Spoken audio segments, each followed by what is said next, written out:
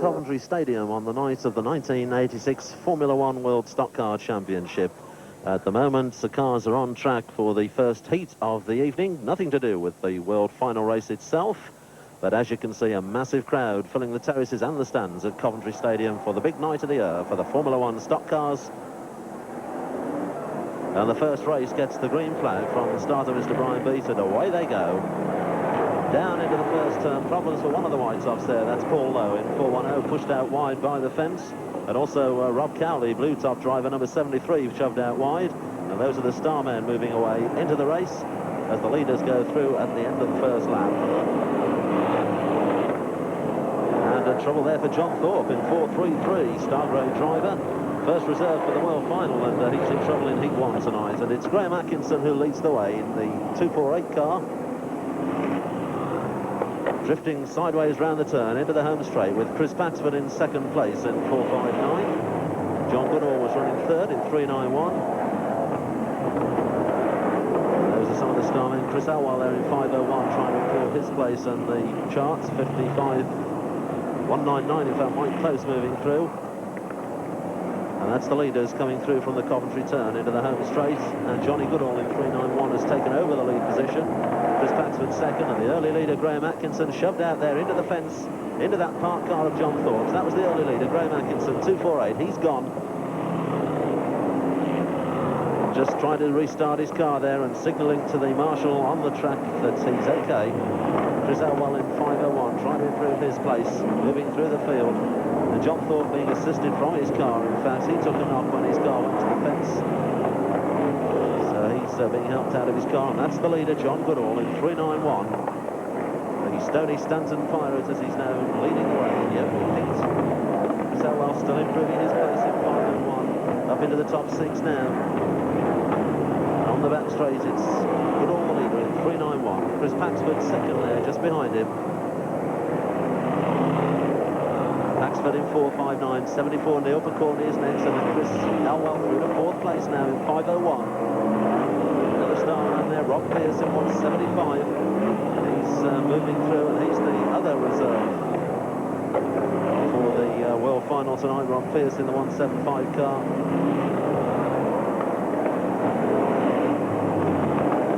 John Goodall in 391, the race leader. Chris Paxford second in 459. Down the back straight they go. That's Goodall the leader, and the spin out just in front of him, Phil Haig in 454. That's the halfway stage, so into the second half of the opening heat. The lead cars go through. That's Elwell in fourth place in 501. Now why there, just a bit of smoke coming from the engine of the Elwell car. Maybe nothing to worry about. And that's the battle for the lead, or in fact the second place, Picorni and Paxford there. Elwell back in fourth, that marker in between them there, that white top Paul Lowe in 410. Picorni drifting around the bend. He's in third place in 74. Chris Elwell is fourth in 501. Meanwhile, out in front is John Goodall in 391. Coming back through or down the home straight. That's the length of his lead over Chris Paxford in 459. Then Neil Picorni and Chris Elwell, 74 and 501. They are third and fourth.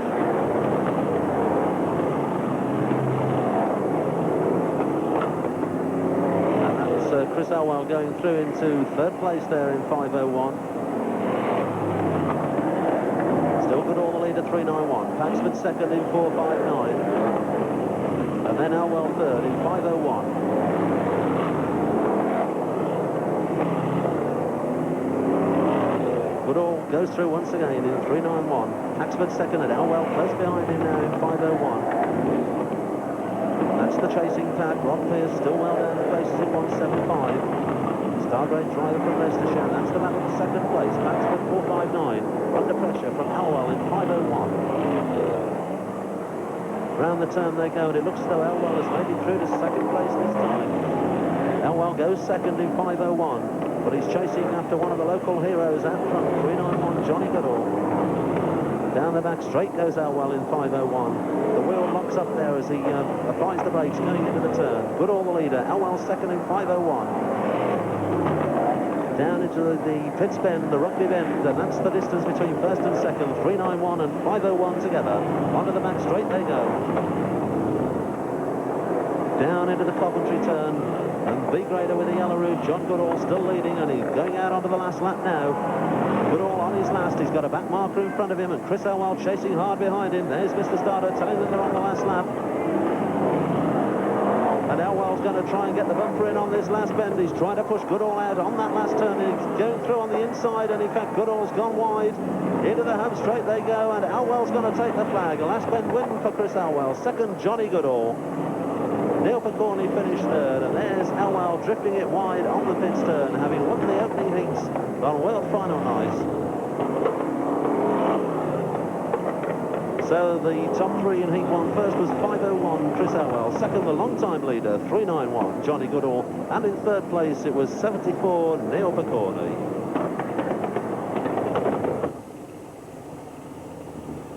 And the cars are rolling down track, moving onto the rolling lap for the second heat of the evening. Another 16 laps. Some of the star men at the back there, drivers who feel perhaps they should be in the big race itself, the World Final. But they're drivers who went out in the qualifying stages, so they have to make up the numbers in the other races tonight. A couple of the low graders out at the front there. Ian Hall in 381 and Steve Ferris in 225. And superstar Bert Finnick in car number 55, alongside him 471 Bobby Burns. And those two superstars both went out of the World Championship in that very hectic semi-final at Hartlepool, which saw the hopes of a lot of star men disappear for this year. Harry Smith there in 100, another driver who feels perhaps he should have been in the World Final, but only room for 20 British drivers in that big event. And this is Heat 2. And that's the green flag going down, so the race gets underway. The B graders with the yellow roofs move through. They're chasing the white tops down the home straight. And problems on the home straights right away, and a couple in the fence there. And Jane Bean is one of them in 309. She's just backing her car out, but she'll have to wait for most of the traffic to go past before she can rejoin. Bob Baker, the other car involved, 536, and he's staying in the fence at the moment. There's Jane Bean in 309 trying to make up the ground she lost in that first bend crunch, and in fact she's in trouble with the tyres now down on that bend. And there's the leaders. That's Steve Ferris in 225 from Ian Hall, and a tangle with two of the star men, Mike Shirley 395 and John Dowson 294 come together. And they're both rejoining the action now, but they've lost a lot of ground. Both being lapped by the leaders. That's Mel Morris going through in 4:44. He's in third place, and that's the gap between first and second. It's Steve Ferris in 225 in front of Ian Hall in 381. Moving through from the Coventry turn onto the home straight. And that's the way they go through. That's Mike Shirley, who's a lap down, and then Mel Morris in third place in 4:44. And there's the fifth place, Keith Riley, 328. The first of the blue tops moving through the field. It's John Dowson, who's a lap down, of course, following that tangle out with Mike Shirley in the 294 car. So Dowson will have to work hard because he's already been lapped by three low graders. Fourth place, Howard Davis in 327 there. Moving into the back straight. Mike Shirley smoking the tyre there as he came off that bend. Certainly working hard trying to get back with the leaders. Spread out around the circuit. And that's the leader, Steve Ferris, in 225. Going down into that turn.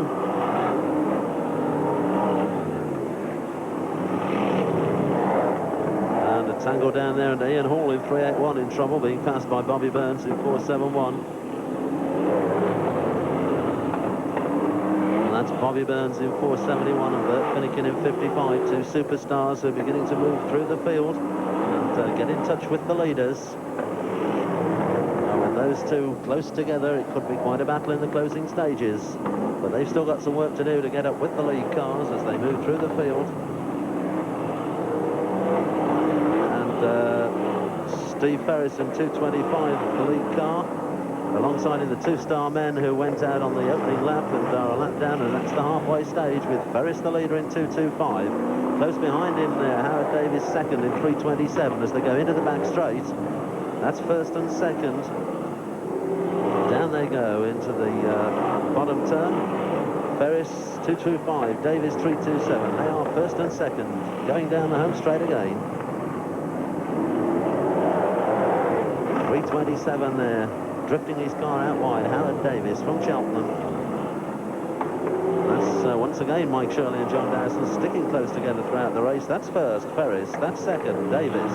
That's third, John Lander, 23. And behind him in fourth place now, Bobby Burns in 471. And Bert Finnegan is fifth in 55. So the two superstars through to fourth and fifth. And we're only just into the second half of this heat. But Burns must be aware that Finnegan is close behind him.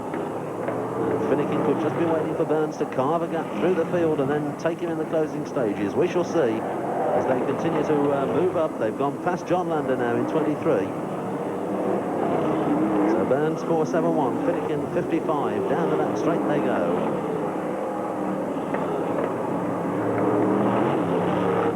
And that's the leader, Steve Ferris 225, just disappearing on a shot. It looks as though Bobby Burns has gone up into second place, because Howard Davis is parked up on the middle in 327. So Burns second now in 471, Finnegan third in 55, but it's still the white top who leads them. They're through down the home straight. And both drivers being urged on by their own sets of supporters as Finnegan tries desperately to find a way past Burns. Burns still holding on in 471. Finnegan trying again on his inside there in 55. They've got less than 2 laps to run now as they go through on the home straight that time. Finnegan just having a nudge on the back end of Burns' car there. And that's the leader, and they're closing on the leader now. Steve Ferris in 225. The last lap board is about to go out, this time down the home straight. Ferris holding on, but he knows he's got some heavyweight talent behind him as they go into the pits turn. Ferris is forced wide.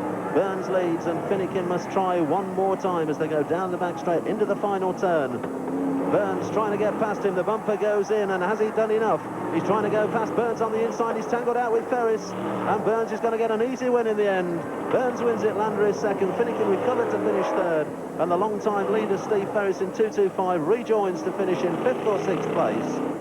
So that might be enough to qualify him for the meeting final later on in the evening. But there's the man who did it, Bobby Burns in 471. So the top three then, Bobby Burns in 471 was the winner.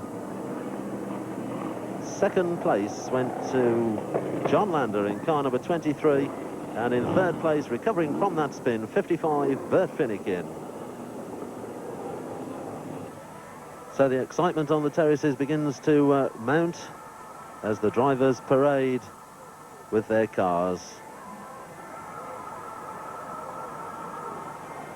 And there they are, the drivers sitting on the side of their cars, waving to the crowd.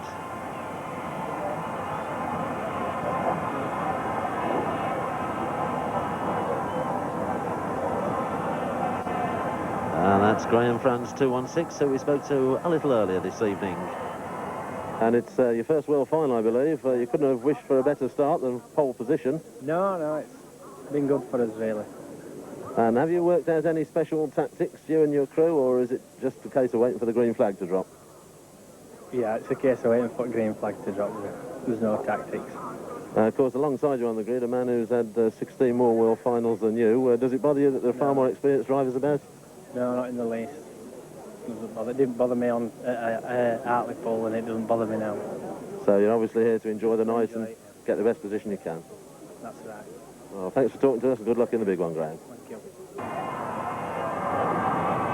And on the outside of Graham, the defending world champion, Stuart Smith, and this is what he had to say about his chances earlier on.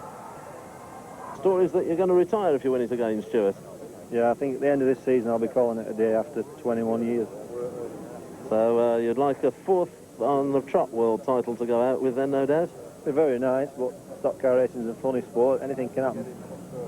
Are you reasonably confident, or do you think the fact that you're on the front with inexperienced driver alongside you? Well, I think that's been a bit cruel to Graham France. He's not that inexperienced. He's been racing at least 6 or 7 years that I know of. He's quite a good driver, but like you've just said, he's not, he's not up to the big occasion, I don't think. Maybe he might do something silly, I don't know. But if I can get him in that first corner, I'll be happy. I think I can win it. And you won't be looking in your mirror, looking for people like Frankie Wayman and Nigel Wharton too often?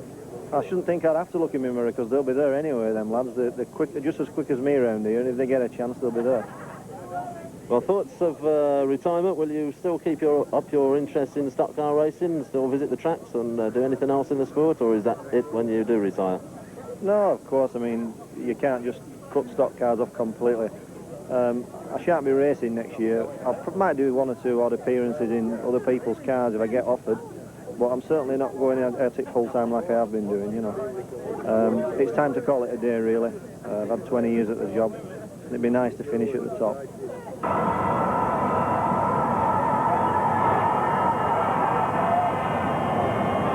So the crowd beginning to get really excited, cheering for their own particular favourite, the 33rd Formula One Stock Car World Final.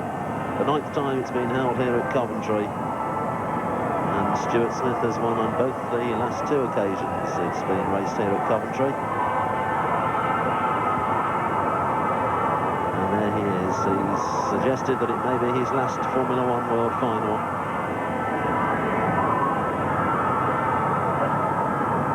Waving to his fans.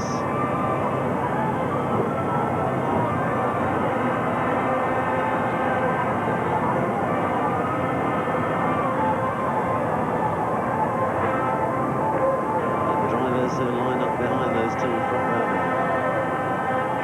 As the cars come to a halt, and pretty soon the drivers will be climbing down from those cars and getting inside them.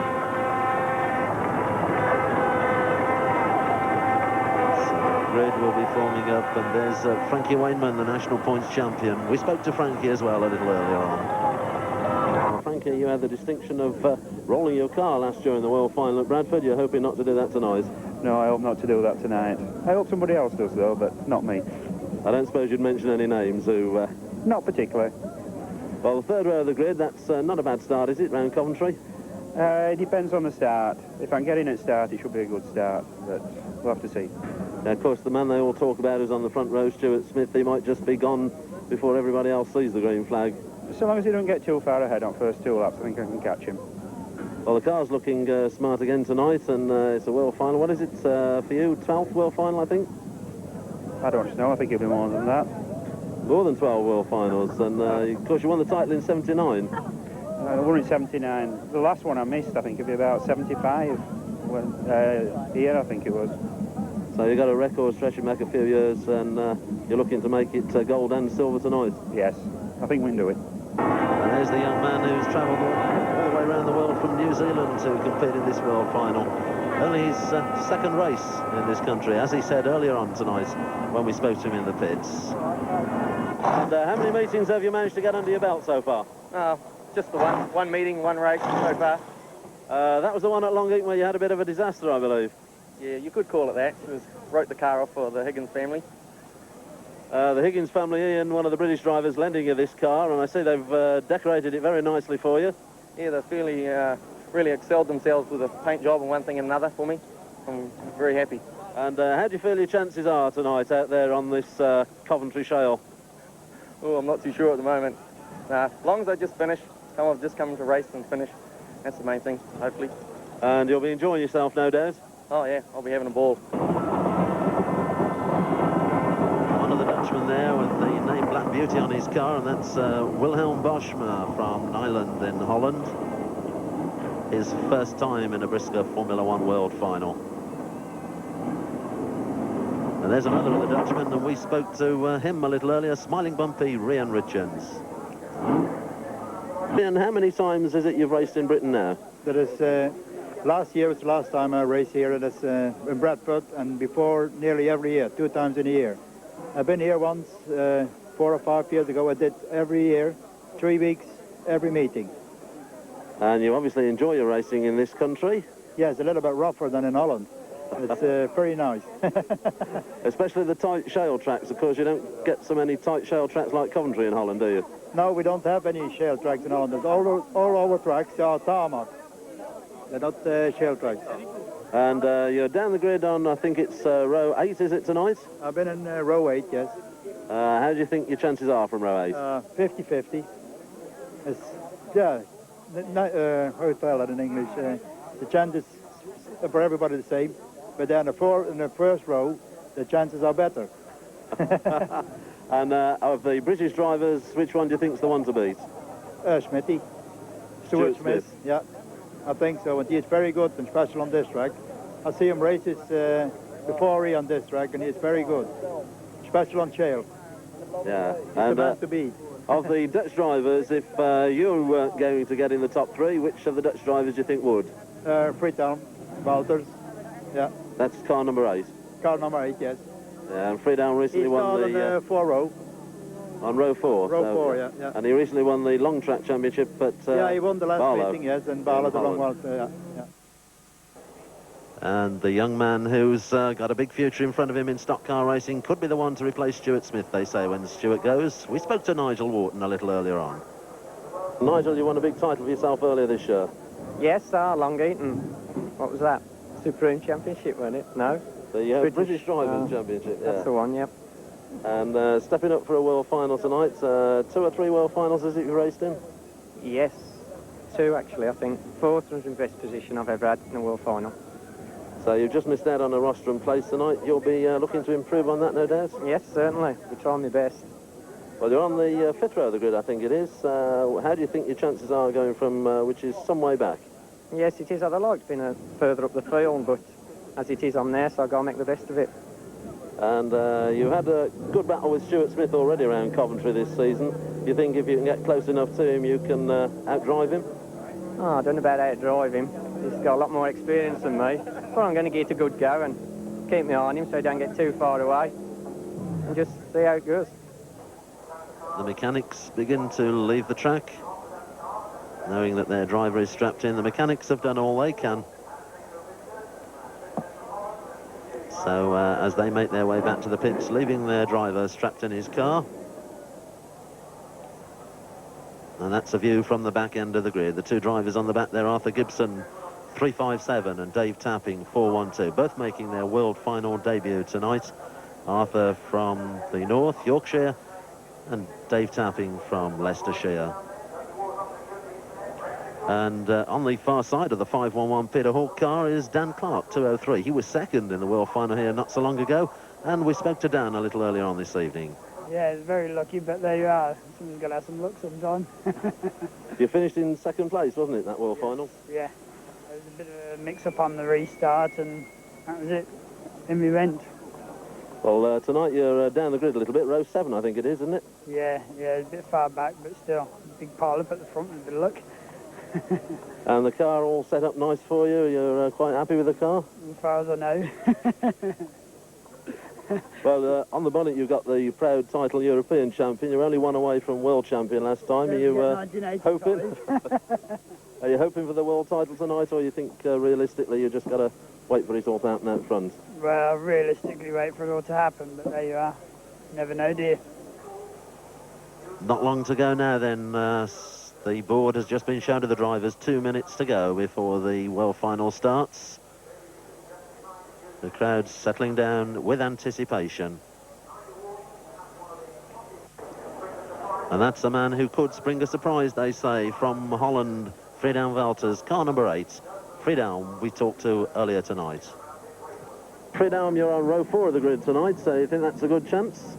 Yes, that's maybe possible a good chance. We can do no parks at the moment, and it's not easy to get the good tires on the car. That's a problem, but we're trying. So yes, tyre problems, I suppose. Previous world finals you've been out for practice laps and set the tyres up, etc., but not tonight. So it's pure guesswork. Yes, we must try it, and when it's good we are lucky with it, but now at the moment we don't know what type of tires we must use. Well, recently you won the World Long Track Championship at Barlow in your own country. It'd be nice to win the double and win this one tonight, wouldn't it? I don't think that is possible. Smithy is too fast, much too fast. Stuart Smith's the one you think will take some catching? Yes, he has the most chance. He's a perfect driver. I think it's the best driver over here. Yes. So realistically, what do you think place on the final placings would be for you? I don't know. We must wait. After maybe 9 o'clock we know what's happened. When you've seen how the tyres go. Yeah. And on the far side of Freedown Welters, car number 8, another New Zealander, Russell Joblin. That car specially built by him and his crew since they arrived in this country just a few weeks ago. 36, part of the father and son team. That's Rod Faulding, the dad, in 36. Nigel Wharton alongside him. We've already seen John Tolson from the northeast of England in 286. And on the far side of him, John Wright in 128. Surprise qualifier, John Wright, just past his 21st birthday. Desperate for a sponsor to keep his interest in Formula 1 stock car racing. An ex-Formula 2 racer there, Peter Hall in 511. He comes from the north of England. And moving on down the grid, Graham Blundell, star grade driver 156. Graham from Preston in his 5th world final tonight. And a Formula 2 world champion 1967, Andy Webb in 247 there, trying to add the Formula 1 world title to his list. Richard Ainsworth from Cumbria in 354, and alongside him, Dave Beresford in 260. A 10th world final for Dave Beresford. Further on down the grid, Mo Smith in 51 from Aveley in Essex. Behind Mo Smith, the back end of the grid, we see 357, Arthur Gibson, 412, Dave Tapping. A couple of overseas drivers just in front of them there, Wilhelm Boschmer and Koos Peters, both making their world final debut. And there they are. That's Boschmer in 1 on the inside and Peters on the outside in car number 73. All the Dutch drivers bring their own cars over to Britain to race. They're more experienced on long tarmac tracks, but they'll be giving it a go when the green flag goes down, and it won't be too long before that happens, because they are now beginning to roll for the 1986 MOTAQUIP Formula 1 World Final. So the crowd settle down, and as the green flag goes down, there'll be a roar of engines and a roar from the crowd, and those are the 2 men on the front row. The surprise qualifier, Graham France in 216.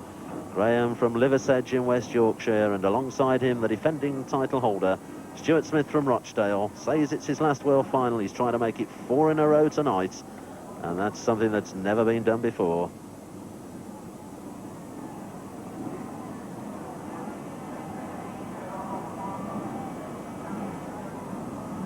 The cars glistening under the lights. The mechanics and crews have spent many hours polishing them, shining them for the big occasion.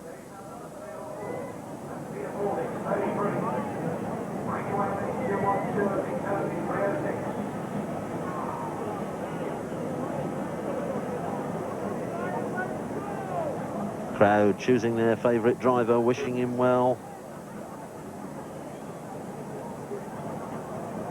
The stands packed. The tickets for the seating in the grandstand sold out many, many weeks ago. And there on the rostrum, taking charge of his 4th world final, Brian Beat, one of the most experienced starters in the country. And Brian's going to be the man in control in just a moment. Looks as though it's going to be a first-time start. That's it. Away they go. The hopes and dreams of all the months are now in action. And on that first turn, some of them going out wide there. Dave Mellor in 304 from the second row going out wide. There's someone in trouble on the infield, looked like Peter Hall in 511. And Stuart Smith said he would try to break away, and it looks as though he has done. Car number 1, Stuart Smith, the defending title holder, leads him around the pits turn. Graham France going out wide in 216, and there's Frankie Wayman moving through in 212 into 3rd place, but it's Smith the leader in number 1. The man with the gold roof who's defending his world title leads. John Wright has already been lapped in 128. Frankie Wayman through into 3rd place in 212 from the 3rd row of the grid. It's still France in 2nd in 216, but there's Wayman up to 3rd in 212. Behind him, Nigel Wharton 4th in 422. So 3 of the top 4 of the drivers, everyone expected to be battling out front, and the marker tyre there catching Graham France in 216, and that lets Frankie Wayman through in 212. So Wayman through to 2nd place now, the 212 car with the silver roof, the national points champion. Chasing after Stuart Smith, who's just lapped back row starter Dave Tapping, car 412. So Smith comes through onto the home straight again in number 1. And And it looks as though he's beginning to build a lead. That's Dave Tapping, who's a lap down behind him, and John Wright spins just in front of the leader there. But the leader, Stuart Smith, saw it coming. Moves away. That's the second and third place cars. 212 Wayneman, 422 Wharton. They are second and third. And a lot of traffic there down amongst the back markers. B-grade Brian Branson in his first well final in 254, trying to live with some of the big names. New Zealander Graham Barr catching a tie there in the green car number 38. And Smith is in amongst the traffic now and finding the going is slow just a little bit, car number 1. All those back markers to get through. There he is, going down the straight. Oh, and somebody getting airborne there. That was one of the Dutchmen, Wilhelm Boschman, car number 1. Got airborne. In fact, he's blown a front tyre, so his world title dreams have ended. He'll be pulling up. That's the leader, Stuart Smith, number 1. Threading his way through the back markers. We wait for the second and third. There's second, 212, Frankie Wayneman. And there's Wharton in 422, and Russell Joblin's gone, car number 8, the New Zealander. Joblin in trouble there, front axle gone. And Stuart Smith's in trouble. Smith has gone. The world champion in trouble there in number 1. He's rejoining on the back straight, and the noise on the terraces reaches maximum level. With Stuart Smith in all sorts of trouble in car number 1. And that puts Frankie Wayneman in the lead in 212. So Wayneman, the new leader. Oh, Wayman's gone. He's been taken out by that marker. Wayman goes to the fence in a shower of sparks. And it's put Nigel Wharton in the lead, unless Wharton got tangled out, and he did. And Wharton went out with him in 422. So Wharton's gone, and Wayman's gone, and Smith has gone. They're all in trouble.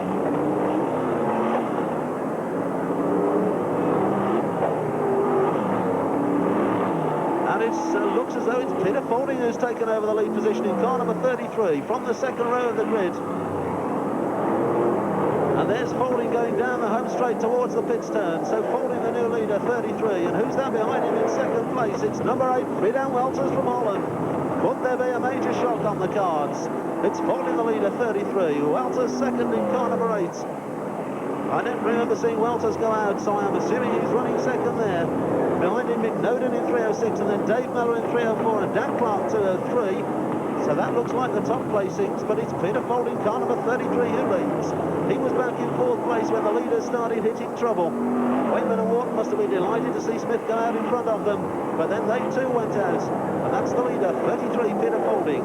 Second, it could be number 8, Friedan Welters. Down the back straight they go, and there's Stuart Smith, number 1, still motoring, but down the places now. So he's got a lot of work to do to get back with the leaders. He didn't seem to be out for too long. He could be up into the top 6. Peter Faulding down off the bend once again. And the traffic beginning to thin out. The Union Jack is out. We're into the second half of the 1986 MOTAQUIP Formula 1 World Final. And that's the leader, young Peter Faulding from Rotherham in Yorkshire, car number 33. And 73, one of the Dutchmen, Kees Peters, gone out there, parked up by the fence. Looking for a gap in the traffic so that he can rejoin the action. Faulding, the leader, goes through. Second, third and fourth there, signalled by the start marshal, Brian Bede, as they went through. Dave Mellor 304, McNoden 306, battling through the field. And there's the lead car going through. Welters running next, and then Noden. And then behind him it's Dave Mellor, and it looks as though Stuart Smith in number 1 is back into the placings. So Dave Mellor gets the better of McNoden. Mellor in 304 there, and Noden goes wide on that bend. Faulding still leads in 33. Graham Barr, the New Zealander, 38, onto the infield with a buckled back wheel and a flat back tyre, so his championship hopes have gone. And as they come through on the home straight, Mr. Starter signals to them. It's 33, Peter Faulding, the leader. Friedan Welters in second place in car number 8. 304, Dave Mellor next. But there's Welters trying desperately to get to catch the leader. Welters in car number 8. In amongst the back markers there, Dave Beresford 260 and Andy Webb 247. Balking the progress of second place driver and Friedan Welters in number 8.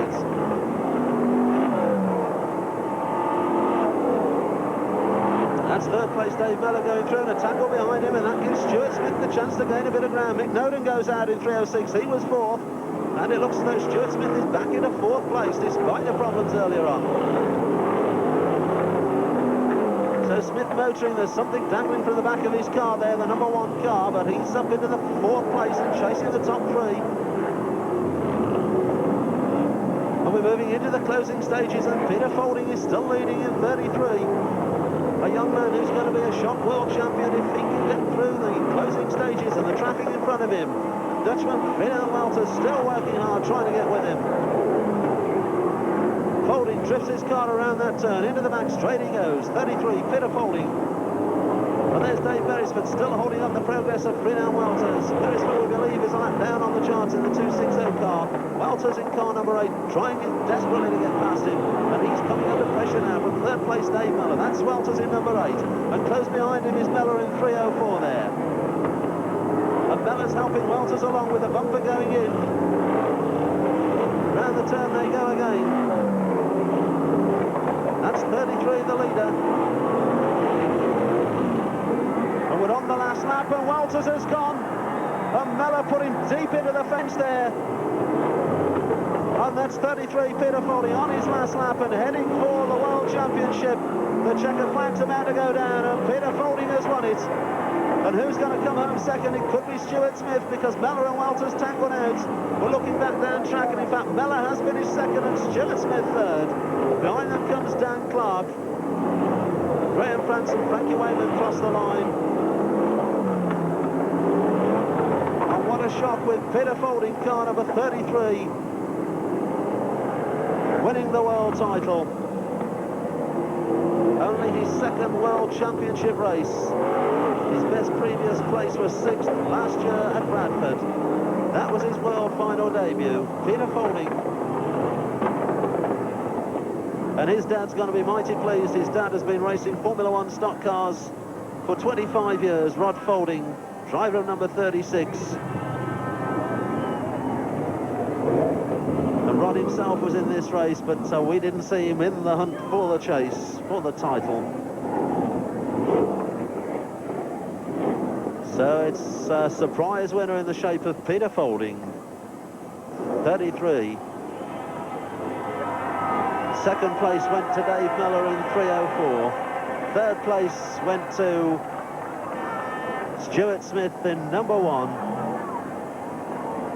And sections of the crowd looking quite stunned with that result, with all the big names on the grid. Although Peter Folding starting on the second row, he was perhaps not the most fancied of the drivers up front.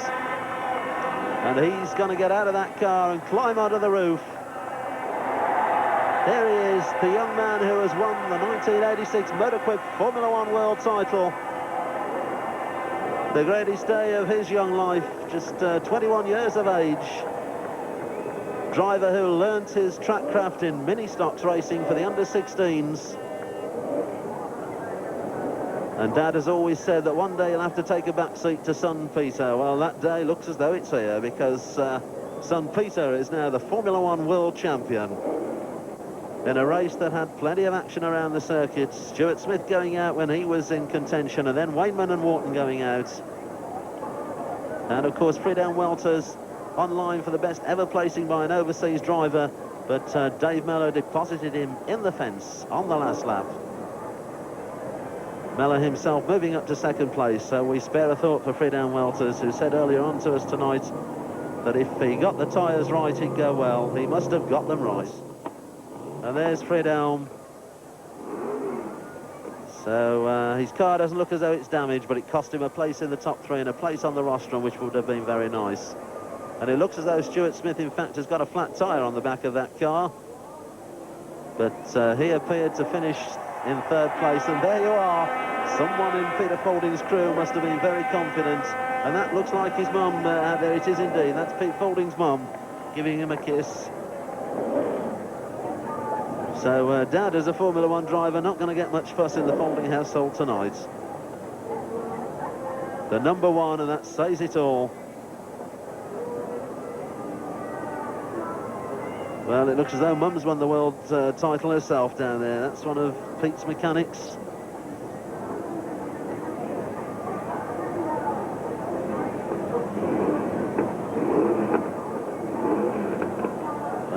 Pete Faulding, he can't believe it.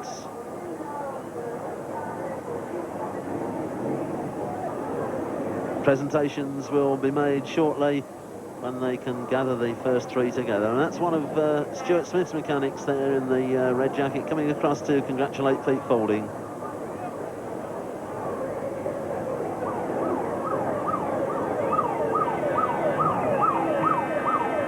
And the race really decided in the closing stages as Dad Rod joins son Peter. Let's take a look again at the very hectic last couple of laps. There's second, 2-1-2, Frankie Wainman. And there's Wharton in 422, and Russell Joblin's gone, car number 8, the New Zealander. Joblin in trouble there, front axle gone. And Stuart Smith's in trouble, Smith has gone.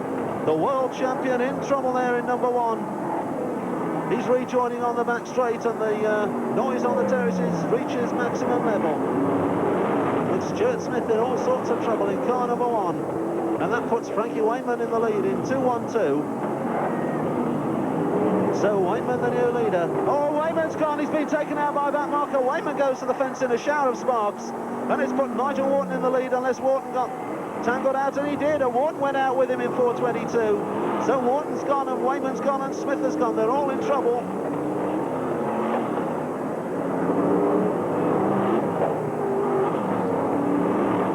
And it looks as though it's Peter Faulding who's taken over the lead position in car number 33 from the second row of the grid.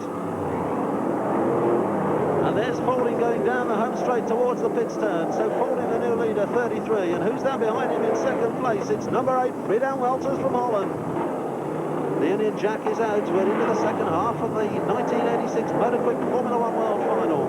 And that's the leader, young Peter Faulding from Rotherham in Yorkshire, car number 33. The 73, one of the Dutchmen, Kees Peters, gone out there, parked up by the fence. And Graham Barr, the New Zealander, 38, onto the infield with a buckled back wheel and a flat back tyre. And there's Welters trying desperately to get to catch the leader. Welters in car number 8. In amongst the back markers there, Dave Beresford 260 and Andy Webb 247, balking the progress of second place driver and Friedan Welters in number 8.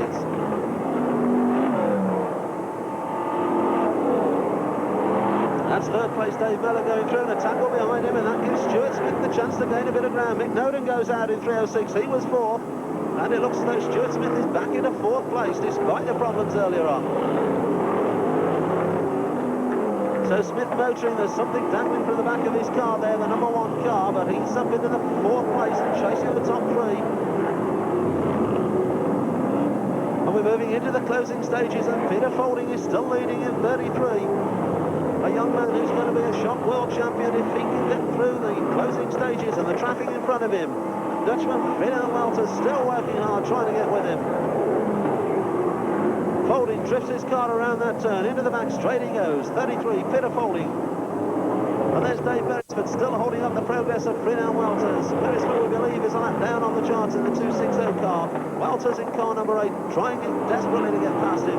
And he's coming under pressure now from third place Dave Mellor. That's Welters in number 8. And close behind him is Mellor in 304 there. And Mellor's helping Welters along with the bumper going in. Round the turn they go again. That's 33, the leader.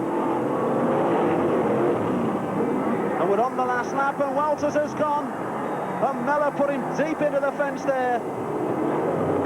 And that's 33, Peter Faulding on his last lap and heading for the World Championship.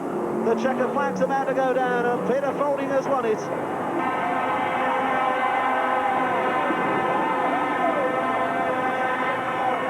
And he's going to get out of that car and climb onto the roof. There he is, the young man who has won the 1986 MOTAQUIP Formula 1 World title. And there, young Peter receiving the congratulations of many of his fans down on the terraces. He probably can't believe it. And there it is, the World Championship trophy that they first raced for in 1960. 26 years old, that trophy. And the names engraved around the bottom read like a who's who of Formula 1 stock car racing. Big bottle of champagne there that's going to liven up the Faulding transporter on the way home.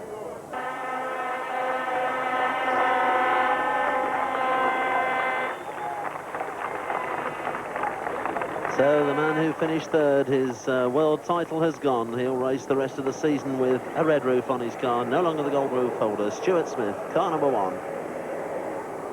Went out round about the halfway stage when he was leading and looking set for a 4th successive victory, but it's not to be. If he's going to end his career this year, then he ends it with the knowledge that he's equalled the record of Dave Chisholm, 3 on the trot but not beaten it. But there he is, Stuart Smith, number 1. 3rd place in tonight's Formula 1 World Final. And the man who fought his way through, shunting out Friedan Walters from Holland on the last bend to grab 2nd place. They call him the big man, comes from Ashbourne, Derbyshire. It's Dave Mellor, the driver of car 304. World champion himself back in 1978. And racing tonight in his 9th World Final. Finishing runner-up there. Bottle of champagne for him as well. And looking well pleased with life. Stuart Smith looking just a little bit thoughtful. Smiles to some fans on the terraces now. 15th World Final tonight for Stuart. And there he is. Stuart takes a back seat. That's number 1, Peter Folding, the youngster from Brinsworth near Rotherham in South Yorkshire. And I wonder just how long his crew have had that T-shirt ready for him. Such are the Daley Thompsons, in fact, as he has his own T-shirts. The MOTAQUIP Formula 1 World Champion 1986. 33, Peter Folding. Well, down here on track we've got Peter Folding wearing the number 1 T-shirt. Peter, you must be delighted. Can't believe it. It's like a dream come true. Tell us, how long have they had that T-shirt waiting? Well, I just got it off one at lads. They're giving it me. Did you know they got it waiting for you? No, he's had it ages. It was his own T-shirt, and I decided I'd have that now. Well, you are number 1 now, and Stuart gloriously accepted that you are the new world champion. Yeah, I think he's been the maestro for a long time now, and I think now it's my turn to take over from him.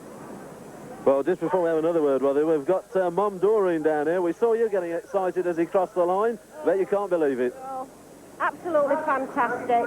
I know my husband is letting Peter take all the glory, but in actual fact, if it wasn't for Rodney, and a lot of other good people, but particularly Rodney, that husband of mine, absolutely fantastic. He's been trying now for 24 years, and for some reason or other, it's eluded him.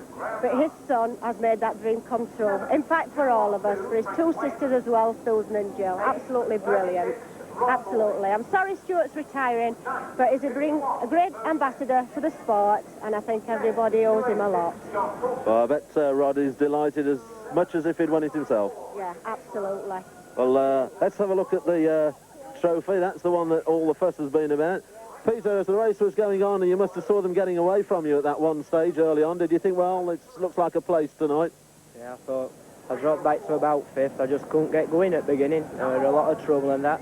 And then I settled down in about 5th spot, and Smithy went out, and then there were a pile up on top bend, and I just thought I took my chance and hit a few into the top bend, and I got through. Oh, did you know it was Walters who was chasing you and getting fairly close at one stage? Yeah, well, I could see him in my mirror, but as I passed Dave Beresford, who was an odd man to pass, like, I just caught him at right time, and I got past him, and Friedan was struggling to get past him. So you knew it was in the bag then in the closing stages, as long as you did nothing silly. That was right. I took my time. After I pulled off a straight on him, I hung off a little bit, and I weren't pushing it as hard. Well, I know you're going off to enjoy the champagne now. Be a celebration party tonight, no doubt, for the Foldings. Well, all the best. Many congratulations, Peter, and good luck in your year as world champion. Thank you. So the full result of the MOTAQUIP Formula 1 Stock Car World Final 1986. 33, Peter Folding the winner. Dave Mellor second in 304. And the ex-world champion, number 1, Stuart Smith, was third. The rest of the places, Dan Clark was 4th in 203. 5th place, the best by an overseas driver, that was H15 Rian Rutjens from Holland. In 6th place, it was 216 Graham France. 7th place went to 212 Frankie Wainman. And 8th was 36 Rod Folding, father of the new world champion. 9th place went to Mo Smith in 51. 10th was 286 John Tolson. In 11th place, it was Richard Ainsworth in 354. And 12th was the 260 car of Dave Beresford.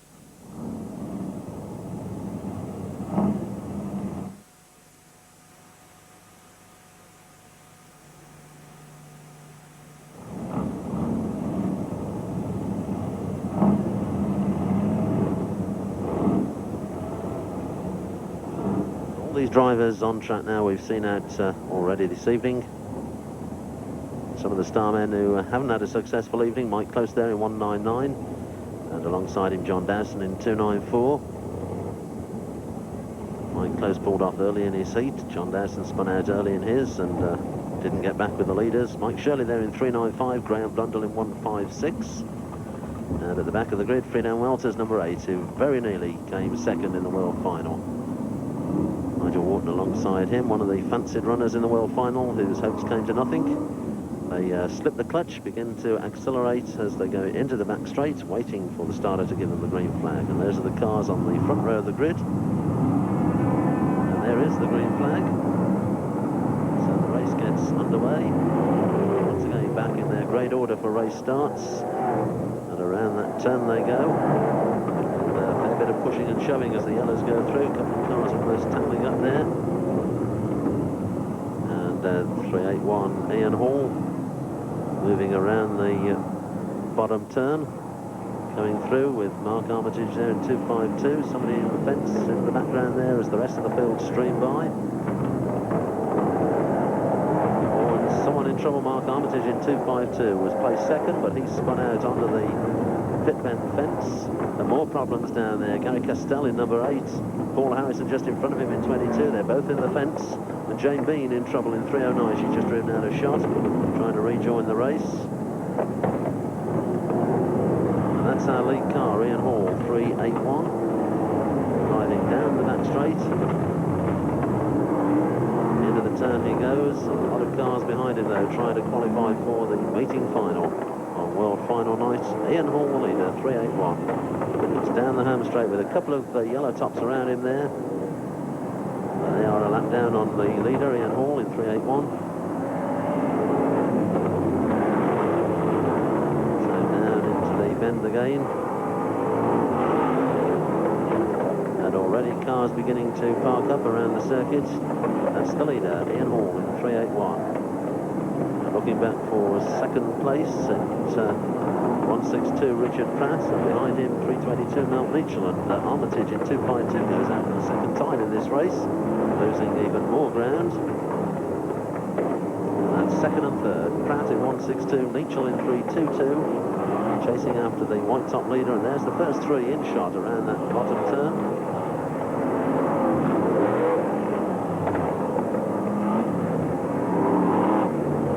306 McNaughton in trouble there. Got a marker tyre stuck under the front end. That drifts him out towards the fence.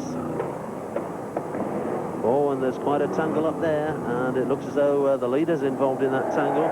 You can see Ian Hall out wide by the fence in 381. So that's going to make changes. And that is virtually a track blockage there. Cars parked all across the track. And cars still spinning out.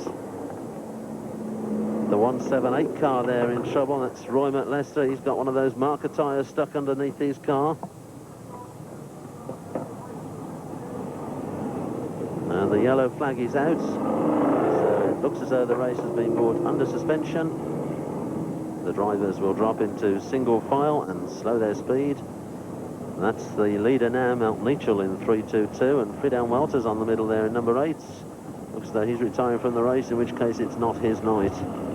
Already out of the World Final, and that is the leader, Mel Mitchell in 322. They are dropped into a single file now. That's second place, there's Spencer 98, and Russ Humphrey 113 has lost a back wheel there, so that appears to be the reason for the suspension.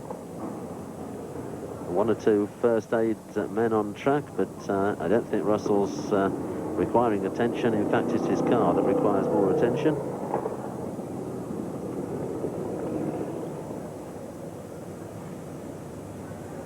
So the track blockage clearing itself, sorting itself out.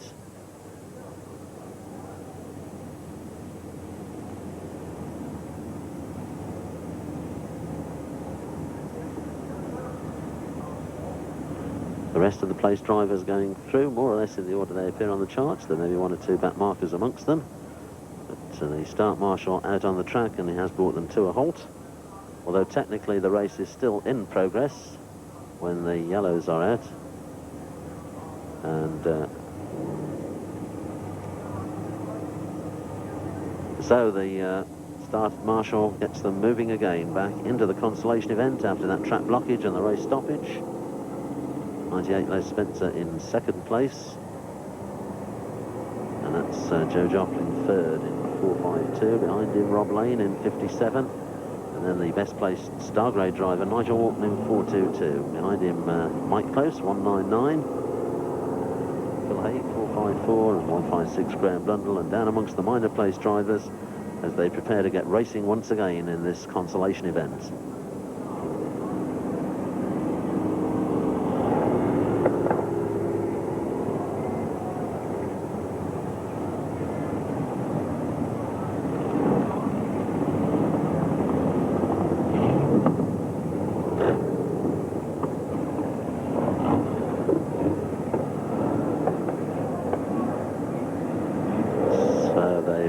To speed up, and there is the green flag. We're back into the race, and as you can see, Russ Humphrey's car completely lost its back axle. That's the reason for the stoppage. There's no chance of them moving that off the track before they get the breakdown trucks out at the end of the race.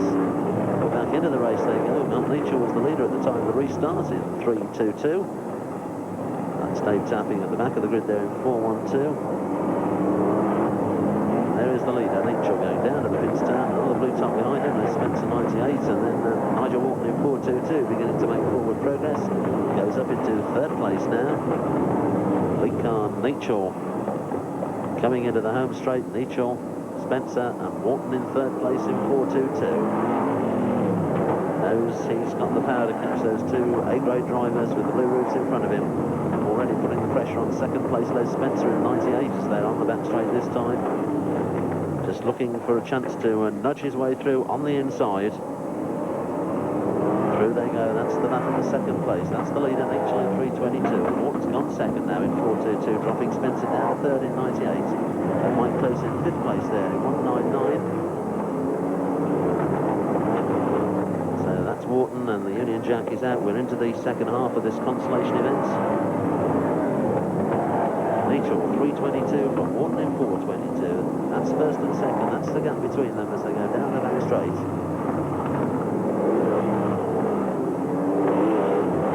Walton closing on Leachel. Here come the chasers. Spencer in 98. Closest fourth now in 1.99. And Leachel has been taken by Walton, and Walton in the lead in 4.22. Would be expected to pull right away from the field now. Mike Close not finding his way through the field quite so easy in 1.99. He's still back in fourth place. That's the red roof car going through now.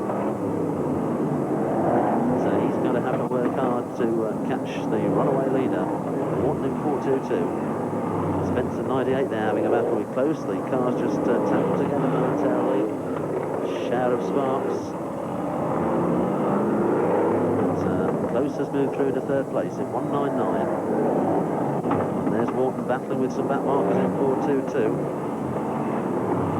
Just barging his way through down the back straight. He's back onto the home straight again. And there's John London, 53. The driver whose luck had deserted him in the World Championship stakes, didn't make it through to the final, but he's trying desperately to get through to the meeting final tonight. Working his way up the places, down in about 5th or 6th spot now, 53 John Lund.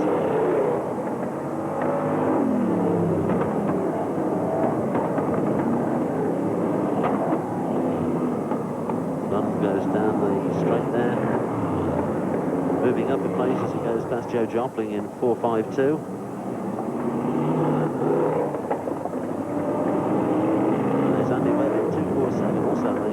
Bid for one of the 7 places that will qualify him for the meeting final. Meanwhile, Nigel Walton in 4.22 continues to thread his way through the back markers as though they don't exist. Having a tough battle now to get past Phil Haig, 4.54. The 3-lap marker board goes out. Walton away in the lead in 4.22. And there's Keith Riley in trouble in 3.28. Tangling out with Rob Scriven, 1.17. Those two cars hooked up. Riley does the unhooking. They both get going again, although Scriven's finding it difficult, knocking over barrels and tyres. Mr. Starner shows them they've got 2 laps to go. We're into the closing stages of the Consolation. And Walton clear of the field in 4.22, hoping to make up for his World Championship disappointment earlier on by getting through to the meeting final and possibly winning that one. And he's now out onto his last lap. Nigel Wharton in 4.22. Mel Mitchell still in second place in 3.22 as Wharton goes down around the Coventry bend for the last time. The checkered flag about to go out, and Nigel Wharton goes over the line. He wins the Consolation event in 4.22. And that's quite a healthy lead he had at the end. And Mike Close just takes second place in 1.99, with Milt Mitchell finishing third in 3.22. So there's Wharton on his slowing down lap. He knows that he's through to the meeting final. So Nigel Wharton goes through to the final in 4.22. Second place went to Mike Close in 1.99. And third across the line was the earlier leader, 3.22, Mount Mitchell.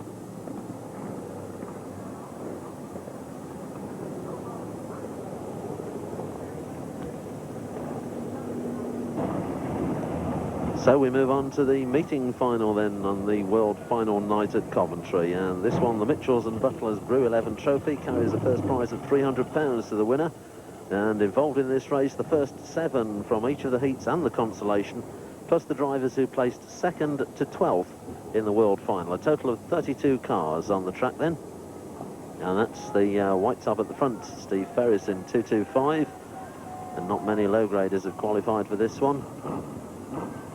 But down at the other end of the grid, a whole host of star grade drivers who have qualified. One of them is going to go home £300 richer. Peter Faulding not eligible to take part. All the other drivers who are in the World Final are, and that's the green flag. So the meeting final gets underway, and they've got 20 racing laps to cover this time. The yellow tops move away into the pits turn, the blues tops follow them. Graham France, who had his World Final hopes, but they didn't last too long. He was there in 2.16, Neil Baccorny in the fence in 74, and John Tolson going out there in 2.86. Parking up by the fence. And he's coming out of his car, so his race is run. And there's the leader going into the back straight. That's Bobby Burns, who's with the back markers. The leader was Steve Ferris, 2.25. But problems on the home straight there. And 36 Rod Faulding and 3.04 Dave Mellor tangle out. And I thought for a moment the infield firework display was going to go, but it didn't. Mo Smith on the middle and out of the running already, 51, and Rod Faulding, he won't mind too much. The Fauldings have had their night. And out goes Rian Richards, number 15 from Holland. A flat tyre on the back end of bumped his car, so he's out of the meeting final. Frankie Wainman there, side drifting around that turn in 2.12, moving with the star men. And those are the chasing pack going into the straight.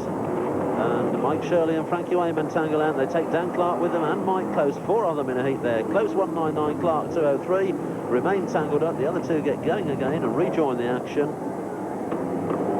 And now Close and Clark also rejoin the action.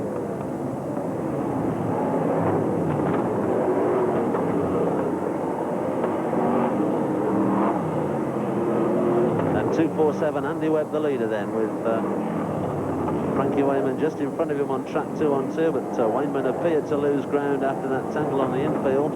So it looks as though it's Andy Webb who's leading in 2.47. Round the Coventry turn into the home straight, 2.47, and then 2.13, there's Chandler in second place.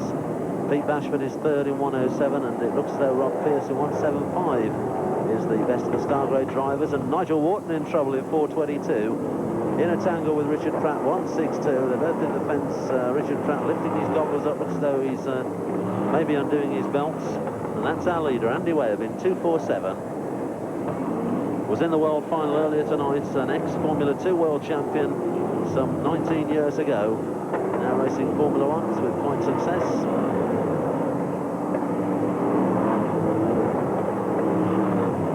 Problems there for Bobby Burns and Dave Mellor. That's 4.71 and 3.04 as they tangle with the back marker. Burns and Mellor are amongst the chasing pack at the moment. Burns already a heat winner tonight in 4.71. So his car obviously well set up for Coventry tonight, and that's the leader, 2.47, Andy Webb around the pits bend. second place. It looks as though it was Des Chandler in 2:13. It's Mike Shirley 3:95 who's a lap down on the leader. And the Union Jack is about to go out, so we're at the halfway stage with Webb the leader in 2:47. Round in the pit bend once again.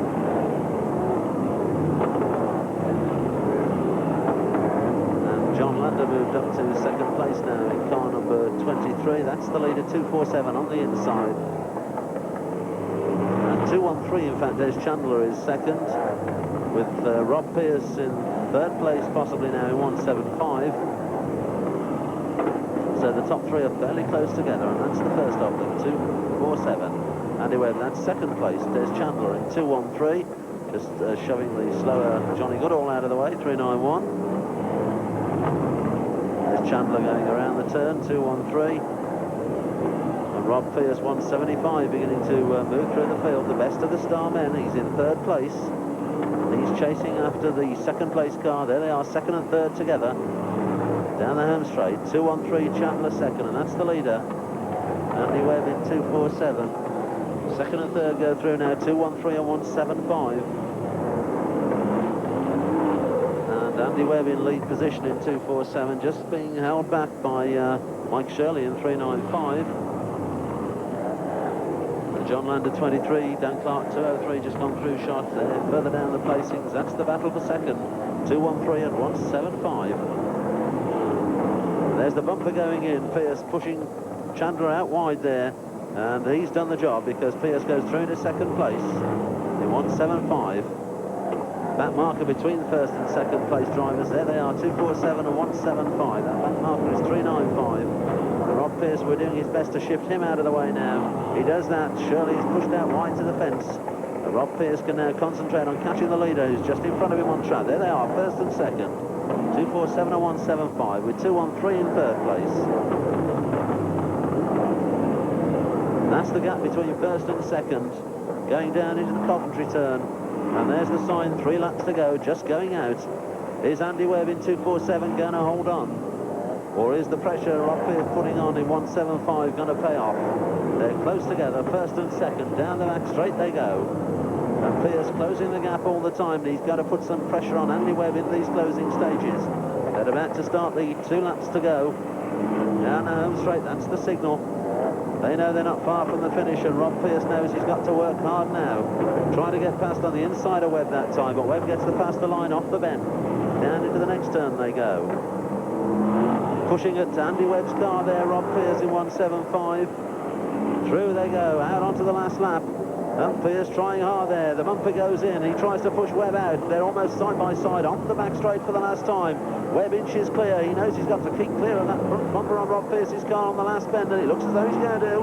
And Andy Webb is going to come home and win the final if he can get back into the home straight. He does, and he wins it. And Rob Pearce finishes second in 1:75. Des Chandler finishes third.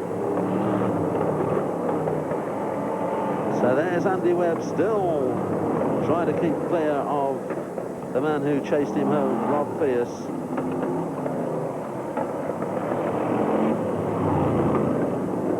The car's on their extra racing lap now to make sure that all the drivers get their numbers down on the lap charts. And Andy Webb, the ex-Formula 2 world champion, wins tonight's Mitchells and Butlers Brew 11 trophy, the meeting grand final, £300 to him. Second place went to the man who chased him hard in the closing stages, Rob Pearce in 1:75, and finishing third was 2:13, Des Chandler.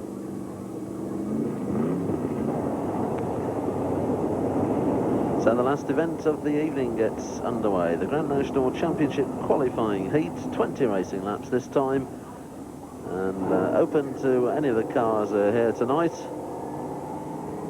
And a lot of them will have received damage. 1 or 2 drivers will have had enough with their luck down. But we've still got some star men in the lineup, and there they are moving past the start-finish line. Russell Joblin from New Zealand. I wonder what's going to happen to that car that he had built especially for the World Final after he arrived in this country. Car number 8 there. Alongside him, Nigel Hardy in 317. And more star men going through. Mike Shirley, 395 there. And that's the front of the grid, no white tops in the last race of the night. But we've got Mark Armitage on the outside in 2.52 and Bob Baker on the inside in 5.36.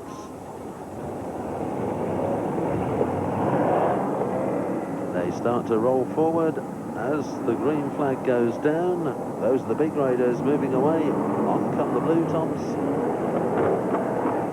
And the yellows go around the first turn. Oh, Keith Riley heading for the fence in 3.28. Gets pushed in by more of the cars going through, and he's in more trouble there. And someone behind him, Graham France, in 2.16, also in the fence. Keith Riley sorts himself out and goes chasing after the rest of them. The lead car has just gone through, and it's Mark Armitage in 2.52. There he is, pushing one of the star men out of his way down on that Coventry turn. Nice bit of driving by the yellow-roofed Armitage in 2.52. That's the chasing pack motoring around that turn into the home straight. Armitage the leader then in 2.52. And there's Frankie Wayman in trouble with New Zealander Russell Joblin in number 8 and John Thorpe in 4.33. Wayman's got a flat tyre on the back end of his motor, so he's out of the race now. He's looking for a gap in the traffic to drive his car onto the infield. Pierce in 1.75 goes through there. The star men already getting mixed up with the blues, and the tangle developing over on the far side there. And there's some of the cars in the tangle. Mo Smith 51, Graham France already parked up in 2.16, and 3 more cars involved down there. So already lots of cars racing in every direction.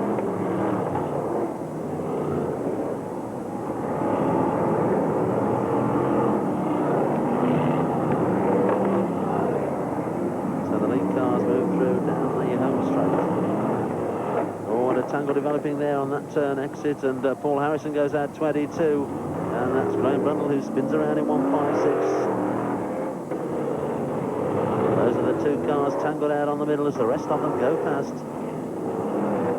It's Bert Finnegan 55. He's not had a particularly good evening. He's trying to get up the paces there in 55. And there's Bobby Burns in 4.71. He's coming back around the bend. Graham Blundell in 1.56, just rejoining the track there after he'd been onto the infield. And that's the leader, Mark Armitage in 2.52. 5.36, Bob Baker holding second place.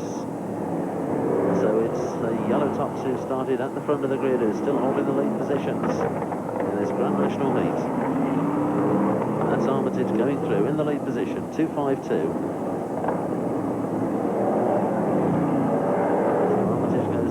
Straight, and he probably won't know that a lot of the star drivers are pushing each other out in the battle to chase the lead car. So there's Armitage in the lead in 2.2, and here come the chasing cars going through there. Rob Pierce 1.75, but the rest of the field's stringing through now. And a lot of the star men have disappeared from the running in this race. That's Les Spencer going out wide in 98 as Mo Smith moves past him on the inside in 51. A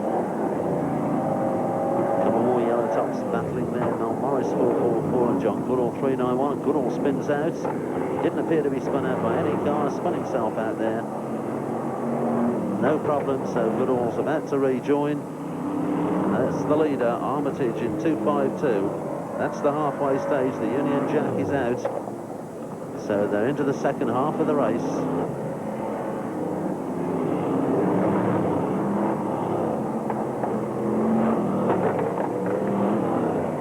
And here they come down the home straight, a loose tyre bouncing about there, and it's Armitage in 2.52 who leads, and there's Pierce in second place in 1.75, and look at that tyre rolling about over on the dog track there. Lands with safety. Mr. Starter completely unperturbed by the huge tractor tyre bouncing about around him. And a change of leader, in fact. There it is, 1.75. Rob Pierce has taken over the lead position, and Phil Hay climbs all over him. And those two drivers have been known to have their battles in the past, and there was Phil climbing all over the front end of Rob Pearce's car, and that puts Armitage back in the lead in 2.52. So Armitage goes down the home straight. 4.22, Nigel Wharton in second place, Rob Pearce running third in 1.75, and Nigel Wharton takes over the lead position now. Armitage fighting back on the inside line, but Wharton is the new leader in 4.22. Down into the pits turn he goes, and Rob Pearce has gone second in 1.75, with Armitage down to third now in 2.52. And Pearce goes past that tangle of cars on the back straight. Phil Haig in 4.54 has finished up after trying to take Rob Pearce out. So Pearce will be delighted with that as he chases after the leader. Pearce in 1.75, and that's the lead car, 4.22, Nigel Wharton. There's second place, 1.75, Rob Pearce. So those are the top two, and they're having to race on the grass halfway down the back straight past that tangle of cars. Mr. Starters giving them the lap boards. We're into the closing stages, and it's Wharton the leader in 4.22. Second place, 1.75, Rob Pearce. There they are, first and second, close together on the back straight.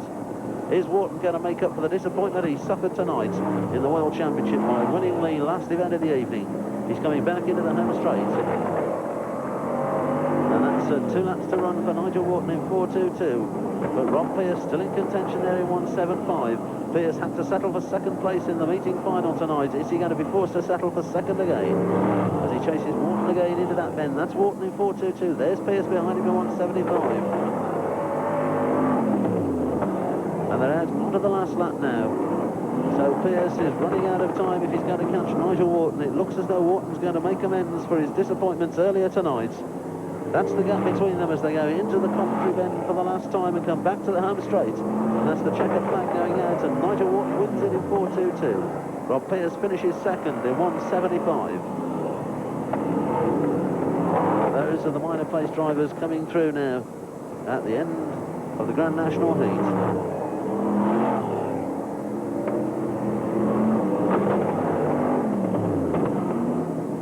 So a grand night of racing at Coventry on the world final night. Nigel Wharton wins the last race of the night in 4.22. He was chased home all the way by 1.75 Rob Pearce.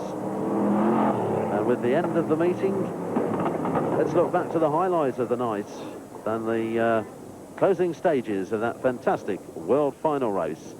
And join us next week for more short circuit racing here on Screen Sport. From me, Dave Edwards, a very good night to you from Coventry Stadium. It looks as though it's going to be a first-time start. That's it. Away they go. The hopes and dreams of all the months are now in action. And on that first turn, some of them going out wide there. Dave Mellor in 3.04 from the second row going out wide. There's someone in trouble on the infield, looked like Peter Hall in 5.11. And Stuart Smith said he would try to break away, and it looks as though he has done. Car number 1, Stuart Smith, the defending title holder, leads them around the pits turn. Graham France going out wide in 2.16, and there's Frankie Wayman moving through in 2.12 into third place. But it's Smith the leader in number 1. The man with the gold roof who's defending his world title leads. John Wright has already been lapped in 1.28. Frankie Wayman through into third place in 2.12 from the third row of the grid. It's still France in second in 2.16, but there's Wayman up to third in 2.12. Behind him, Nigel Wharton fourth in 4.22. So 3 of the top 4 of the drivers, everyone expected to be battling out front, and a marker tyre there catching Graham France in 2.16, and that lets Frankie Wayman through in 2.12. So Wayman through to second place now, the 2.12 car with the silver roof, the national points champion. Chasing after Stuart Smith, who's just lapped back row starter Dave Tapping, car 4.12. So Smith comes through onto the home straight again in number 1. And it looks as though he's beginning to build a lead. That's Dave Tapping, who's a lap down behind him, and John Wright spins just in front of the leader there. But the leader, Stuart Smith, saw it coming. Moves away. That's the second and third place cars. 2.12 Wayman, 4.22 Wharton. They are second and third. And a lot of traffic there down amongst the back markers. B-grade Brian Branson in his first world final in 2.54, trying to live with some of the big names. New Zealander Graham Barr catching a tie there in the green car number 38. And Smith is in amongst the traffic now and finding the going is slow just a little bit, car number 1. All those back markers to get through. There he is, going down the straight. Oh, and somebody getting airborne there. That was one of the Dutchmen, Wilhelm Boschman, car number 1. In fact, he's blown a front tyre, so his world title dreams have ended. He'll be pulling off. That's the leader, Stuart Smith, number 1. Threading his way through the back markers. We wait for second and third. There's second, 2-1-2, Frankie Wainman. And there's Wharton in 4.22, and Russell Joblin's gone, car number 8, the New Zealander. Joblin in trouble there, front axle gone. And Stuart Smith's in trouble. Smith has gone. The world champion in trouble there in number 1. He's rejoining on the back straight, and the noise on the terraces reaches maximum level. With Stuart Smith in all sorts of trouble in car number 1. And that puts Frankie Wainman in the lead in 2-1-2.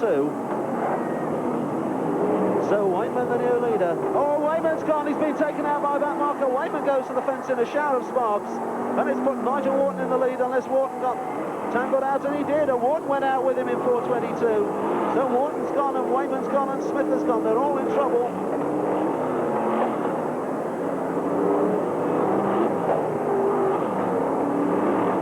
And it looks as though it's Peter Faulding who's taken over the lead position in car number 33 from the second row of the grid.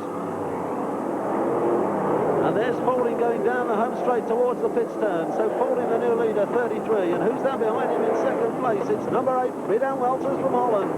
Could there be a major shock on the cards? It's Faulding, the leader, 33. Welters second in car number 8. I don't remember seeing Welters go out, so I'm assuming he's running second there. Behind him, McNoden in 3.06, and then Dave Mellor in 3.04, and Dan Clark 2.03. So that looks like the top placings, but it's Peter Faulding, car number 33, who leads. He was back in 4th place when the leaders started hitting trouble. Wainman and Wharton must have been delighted to see Smith go out in front of them, but then they too went out. And that's the leader, 33, Peter Faulding. Second, it could be number 8, Fridan Welters.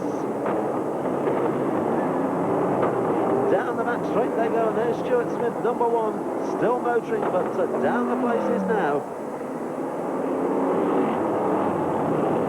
So he's got a lot of work to do to get back with the leaders. He didn't seem to be out for too long. He could be up into the top 6. Peter Faulding down on the bend once again. And the traffic beginning to thin out. The Union Jack is out. We're into the second half of the 1986 MOTAQUIP Formula 1 World Final. And that's the leader, young Peter Faulding from Rotherham in Yorkshire, car number 33. And 73, one of the Dutchmen, Kees Peters, gone out there, parked up by the fence. Looking for a gap in the traffic so that he can rejoin the action. Faulding, the leader, goes through. Second, third and fourth there, signalled by the start marshal, Brian Bede, as they went through. Dave Mellor 3.04, McNoden 3.06, battling through the field. And there's the lead car going through. Welters running next, and then Noden. And then behind him it's Dave Mellor, and it looks as though Stuart Smith in number 1 is back into the placings. So Dave Mellor gets the better of McNoden. Mellor in 3.04 there, and Noden goes wide on that bend. Faulding still leads in 33. Graham Barr, the New Zealander, 38, onto the infield with a buckled back wheel and a flat back tyre, so his championship hopes have gone. And as they come through on the home straights, Mr. Starter signals to them. It's 33, Peter Faulding, the leader. Fridan Welters in second place in car number 8. 3.04, Dave Mellor next. But there's Welters trying desperately to get to catch the leader. Welters in car number 8. In amongst some back markers there, Dave Beresford 2.60 and Andy Webb 2.47. Balking the progress of second place driver Fridan Welters in number 8.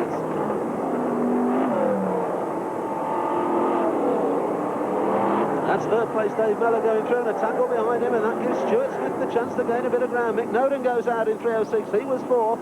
And it looks as though Stuart Smith is back in a 4th place, despite the problems earlier on. So Smith motoring, there's something dangling from the back of his car there, the number 1 car, but he's up into the 4th place and chasing the top 3. And we're moving into the closing stages, and Peter Faulding is still leading in 33. A young man who's going to be a shock world champion if he can get through the closing stages and the traffic in front of him. Dutchman Fridan Welters still working hard, trying to get with him. Faulding drifts his car around that turn. Into the back straight he goes. 33, Peter Folding. And there's Dave Beresford still holding up the progress of Fredown Welters. Beresford, we believe, is a lap down on the charts in the 260 car. Welters in car number 8, trying desperately to get past him. And he's coming under pressure now from third place Dave Mellor. That's Welters in number 8. And close behind him is Mellor in 304 there. And Mellor's helping Welters along with the bumper going in. Round the turn they go again. That's 33, the leader. And we're on the last lap, and Welters has gone. And Mellor put him deep into the fence there.